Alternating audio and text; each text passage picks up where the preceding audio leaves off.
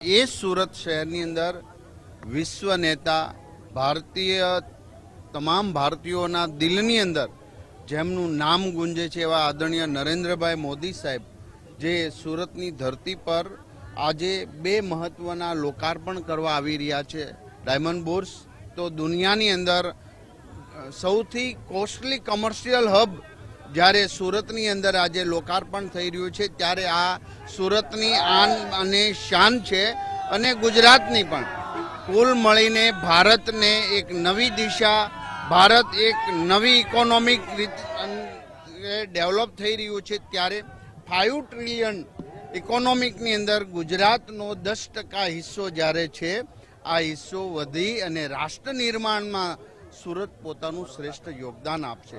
આજે પૂરા સુરત શહેર શણગારાયું હોય પ્રત્યેક દિલની અંદર મોદી સાહેબને આવકારવા આતુર છે ત્યારે આટલો પ્રેમ આટલી કરુણા આટલી સદભાવના એ આદરણીય નરેન્દ્રભાઈ મોદી સાહેબે દરેક ભારતીયના દિલની અંદર વહાવી છે।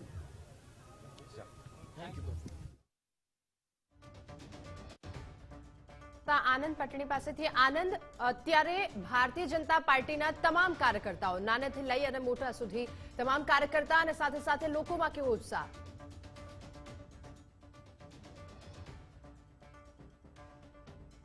જે પ્રકારે પ્રધાનમંત્રી નરેન્દ્ર મોદી જ્યારે સુરત આવતા હોય છે ત્યારે તેમનું સ્વાગત જે છે અનોખી રીતે કરવામાં આવતું હોય છે અને ખાસ કરીને અત્યારે જ્યારે મોટી સંખ્યામાં કાર્યકર્તાઓ અહીંયા પહોંચ્યા છે તમામ કાર્યકર્તાઓ અત્યારે પ્રધાનમંત્રીના સ્વાગત માટે પહોંચ્યા છે ત્યારે આપણી સાથે પૂર્ણેશભાઈ મોદી જોડાયા છે, એમની સાથે સીધી વાત કરીશું। પૂર્ણેશભાઈ, પ્રધાનમંત્રી આવી રહ્યા છે, કઈ રીતની તૈયારી?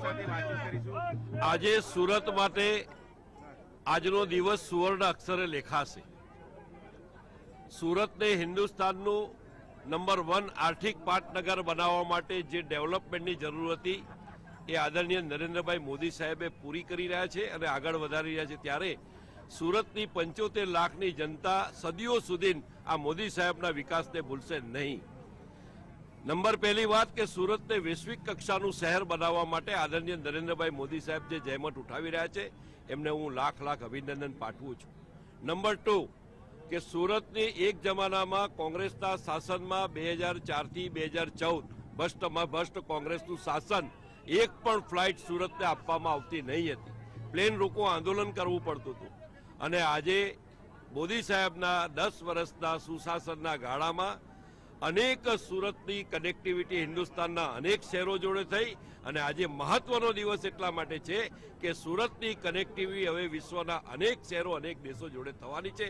એનો શુભારંભ ઇન્ટરનેશનલ એરપોર્ટ આપીને મોદી સાહેબે કર્યો છે, એટલે એમને સવિશેષ અભિનંદન પાઠવીએ છીએ। અને ત્રીજી મહત્વની બાબત કે જે આપણું આર્થિક પાટનગર કહેવાય, જે આપણું હીરાનગર કહેવાય, જે આપણી ડાયમંડ સિટી કહેવાય, આ ડાયમંડ સિટી 10માંથી 8 સુરત બનાવે છે અને આ સુરત જ્યારે 8 ડાયમંડ બનાવતું હોય ત્યારે વિશ્વની અંદર ઇઝરાયલનું તેલ અવીવ શહેર હોય, હોંગકોંગ હોય, એન્ટવર્પ હોય, બેલ્જિયમ હોય, આ બધા કરતા હિન્દુસ્તાન નહીં પરંતુ વિશ્વનું સૌથી મોટું બિઝનેસ હબ ઇન્ટરનેશનલ કક્ષાનું આ ડાયમંડ હીરા બુર્સ એ સુરત મહાનગરને આંગણે લાવીને જે હીરા ઉદ્યોગને વેગ આપવાનું, જે હીરાની ચમક છે એ માત્ર હિન્દુસ્તાન પૂરતી ચમક ન રહી વિશ્વ ફલક ઉપર એની ચમક ગુંજે એ પ્રકારનો નિર્ણય મોદી સાહેબે કર્યો છે, એટલા માટે એમને લાખ અભિનંદન પાઠવીએ છીએ। પૂર્ણેશભાઈ, હીરા બુર્સ અને એરપોર્ટ આ બંનેથી સુરતના ગ્રોથમાં કેટલો ફાયદો થશે?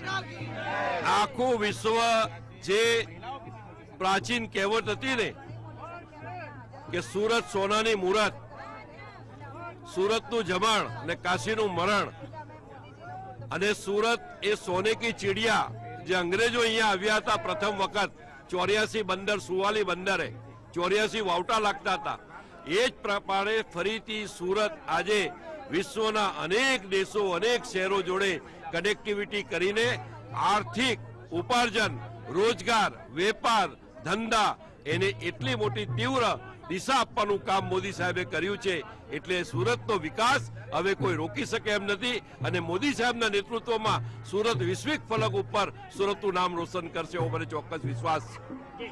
સુરતનું નામ વૈશ્વિક ફલક ઉપર જ્યારે જવા માટે અંકિત થઈ રહ્યું છે, કારણ કે સુરતની અંદર જે છે એ ડાયમંડ બુર્સ હવે શરૂ થવા જઈ રહ્યું છે। આ ઉપરાંત જે શુક્રવારે મળેલી મોદી કેબિનેટની બેઠકની અંદર પણ સુરતને આંતરરાષ્ટ્રીય એરપોર્ટની જે દરખાસ્ત હતી એ દરખાસ્તને મંજૂર કરી દેવામાં આવી છે અને આ દરખાસ્ત જ્યારે મંજૂર થઈ છે ત્યારે આજથી સુરત માટે 2 જેટલી ફ્લાઇટો જે છે એ શરૂ થવા માટે જઈ રહી છે.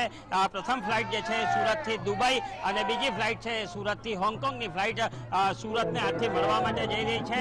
આ ઉપરાંત સુરતથી શારજાની જે ફ્લાઇટ છે એ ફ્લાઇટ તો ઓલરેડી ચાલતી હતી. આ સાથે સાથે અલગ જો વાત કરવામાં આવે તો સુરતની જે ફ્લાઇટોની કનેક્ટિવિટી મળી રહી છે એ હવે ધીમે ધીમે વધુ કનેક્ટિવિટી મળશે અને આંતરરાષ્ટ્રીય કક્ષાએ જ્યારે સુરત જઈ રહ્યું છે ત્યારે ડાયમંડ બુર્સનું મોટામાં મોટું યોગદાન જે છે એ યોગદાન રહેશે. અહીંયા સુરતના જે કાર્યકર્તાઓ છે તેમની સાથે પણ આપણે વાત કરીશું.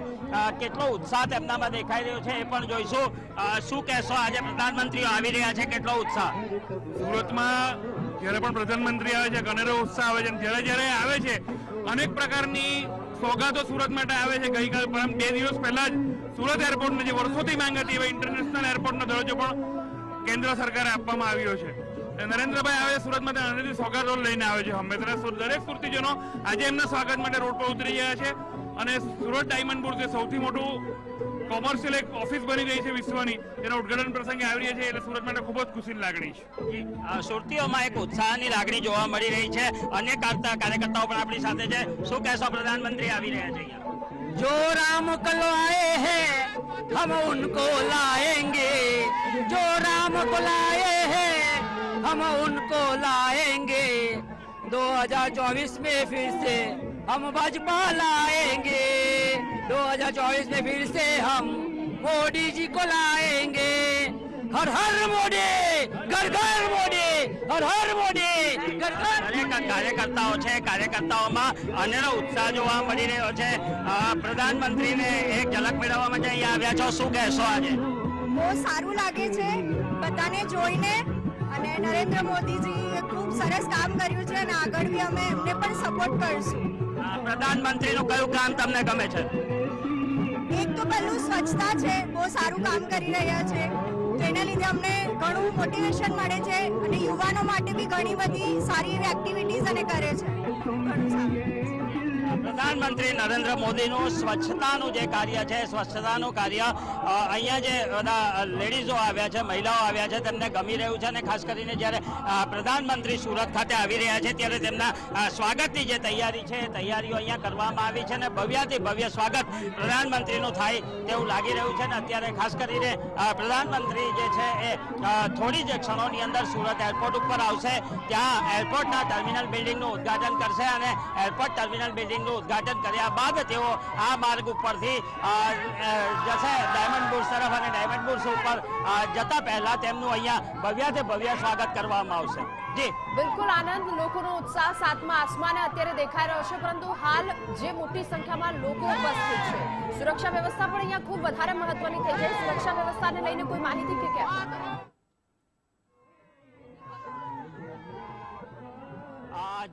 જે પ્રકારે સુરક્ષા વ્યવસ્થાની જો વાત કરવામાં આવે તો અહીંયા જે ચાંપતો બંદોબસ્ત છે એ પોલીસ દ્વારા ગોઠવી દેવામાં આવ્યો છે અને ખાસ કરીને જે આ રૂટ ઉપરથી જ્યારે પ્રધાનમંત્રી પસાર થવાના છે અને જ્યારે અહીંયા અસંખ્ય જનમેદની પણ ભેગી થઈ ચૂકી છે ત્યારે આ જનમેદની અહીંયાથી જ્યારે પ્રધાનમંત્રી પસાર થાય ત્યારે જે પ્રધાનમંત્રીનું સ્વાગત કરવા માટે અહીંયા લોકો ઉપસ્થિત થયા છે તે કોઈ રસ્તા વચ્ચે ના આવી જાય તે માટેની તમામ તૈયારીઓ અહીંયા કરી દેવામાં આવી છે.